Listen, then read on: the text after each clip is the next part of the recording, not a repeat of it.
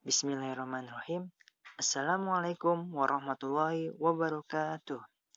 Halo teman-teman, gimana nih kabarnya? Semoga dalam keadaan baik ya.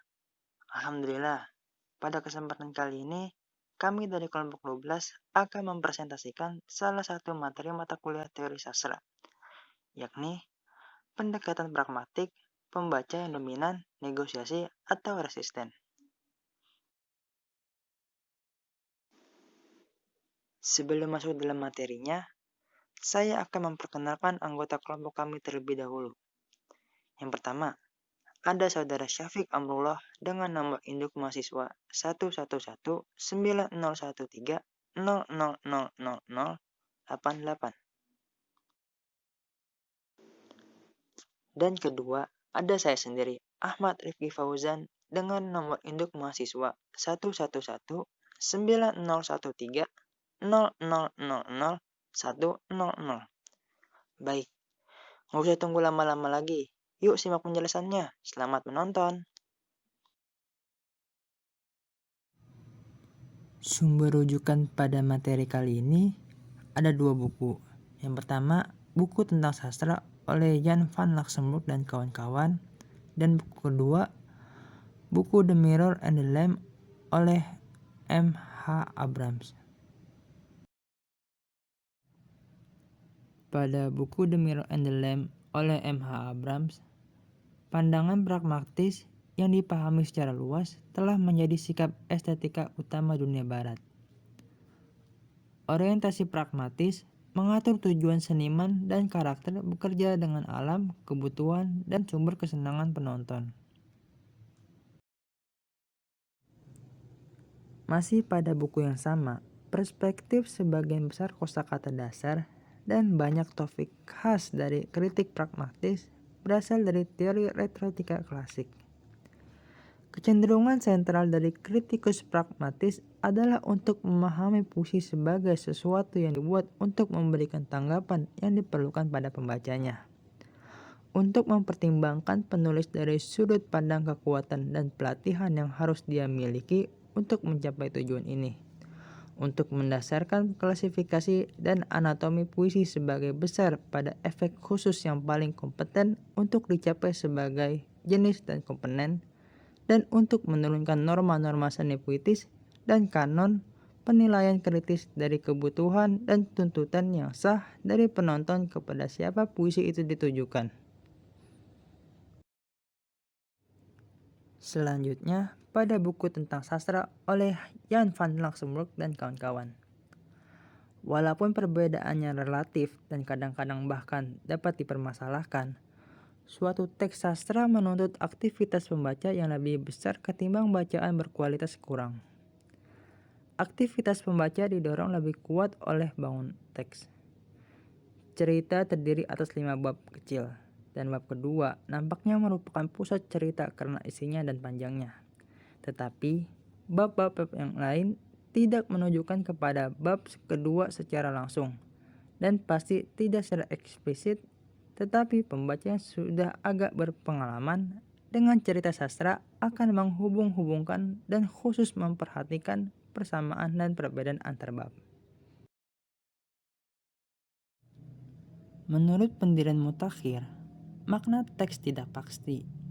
Pembaca memiliki kebebasan yang relatif besar untuk menghasilkan makna teks. Tetapi tentu yang ada tidak hanya pembaca sebagai pencipta makna saja. Ada sebuah teks, dan teks itu dibangun dari unsur dan struktur bahasa yang konvensional yang tidak dapat diberi makna tanpa batas dan tanpa kendala. Dalam interpretasi teks kita dapat mengamati tanda dari pembaca dalam teks, yang juga disebut pembaca implisit. Pasti pengarang mengandaikan seorang pembaca yang dapat memahami teks menurut maksud pengarang, serta memiliki pengetahuan dan pengalaman tentang sarana kesastraan yang digunakan pengarang. Pembaca implisit sebanyak mungkin memiliki pengetahuan yang sama dengan pengarang mengenai dunia, sejarah, dan sebagainya.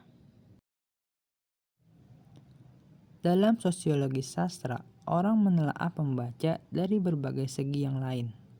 Misalnya, ada telaah tentang komposisi khalayak pembaca, kedudukan sosial, jenis kelamin, pendidikan, dan sebagainya. Penelitian tentang hubungan antara tinjauan buku dan jumlah penjualan, penelitian tentang pengaruh pengarang sastra, dan telaah mengenai kedudukan penerbit dan perpustakaan. Kehidupan kesastraan yang kini kita kenal, yaitu dunia penulis, penerbit pembaca, dan kritikus, ada persamaan tertentu dengan kehidupan kesastraan dalam kurun-kurun waktu yang lewat, namun perbedaannya lebih banyak.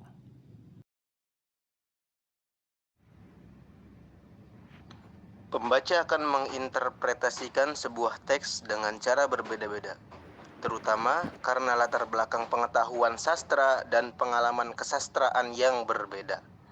Dalam hal pengalaman, pembaca yang berpengalaman tidak akan terlalu mendapat kesulitan dalam membaca sajak. Contoh lain ialah kode soneta yang antara lain menggariskan bahwa harus ada pergeseran makna setelah 8 larik. Pembaca yang tidak mengenal kode soneta ini tidak akan mengharapkan pergeseran semacam itu. Ketegangan dapat pula disebabkan karena pembaca menghadapi keadaan yang tidak jelas sehingga ia bertanya-tanya bagaimana duduk perkaranya. Dalam hal seperti itu ada suatu teka-teki, suatu kerahasiaan yang menuntut penjelasan agar dapat dipecahkan. Sebuah cerita gagal sebagai cerita apabila pembaca tidak menyelesaikannya.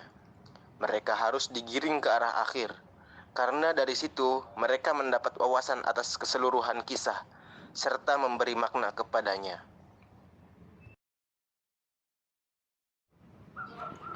Pembaca, atau lebih tepatnya pembaca tahun 1989, mempunyai dunia nyatanya sendiri, pengalaman bacanya sendiri yang akan digunakannya dalam membaca roman.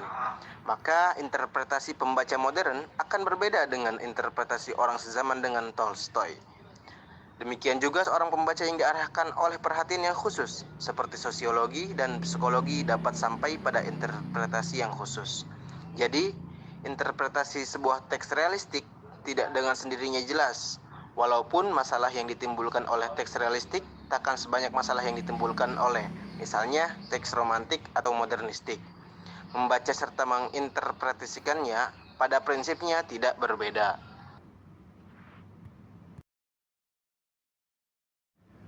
Karya sastra juga diterjemahkan dari bahasa sumber ke bahasa sasaran, misalnya dari bahasa Spanyol ke bahasa Indonesia. Tetapi penerjemah sekaligus pembaca, dan sebagai pembaca, ia tidak dapat menghindarkan interpretasi. Hal ini dapat menjadi sumber kritik. Sekedua yang menyebabkan pentingnya sastra modernistik dari sudut sosial juga timbul dari estetika, dari apa yang tidak dapat dikenal. Karena pencerita tidak memiliki kewenangan, dan tokoh-tokoh bergulat dengan ketidakmungkinan untuk keluar dari dirinya, maka tanggung jawab atas makna dan kegiatan pemberian makna beralih kepada pembaca.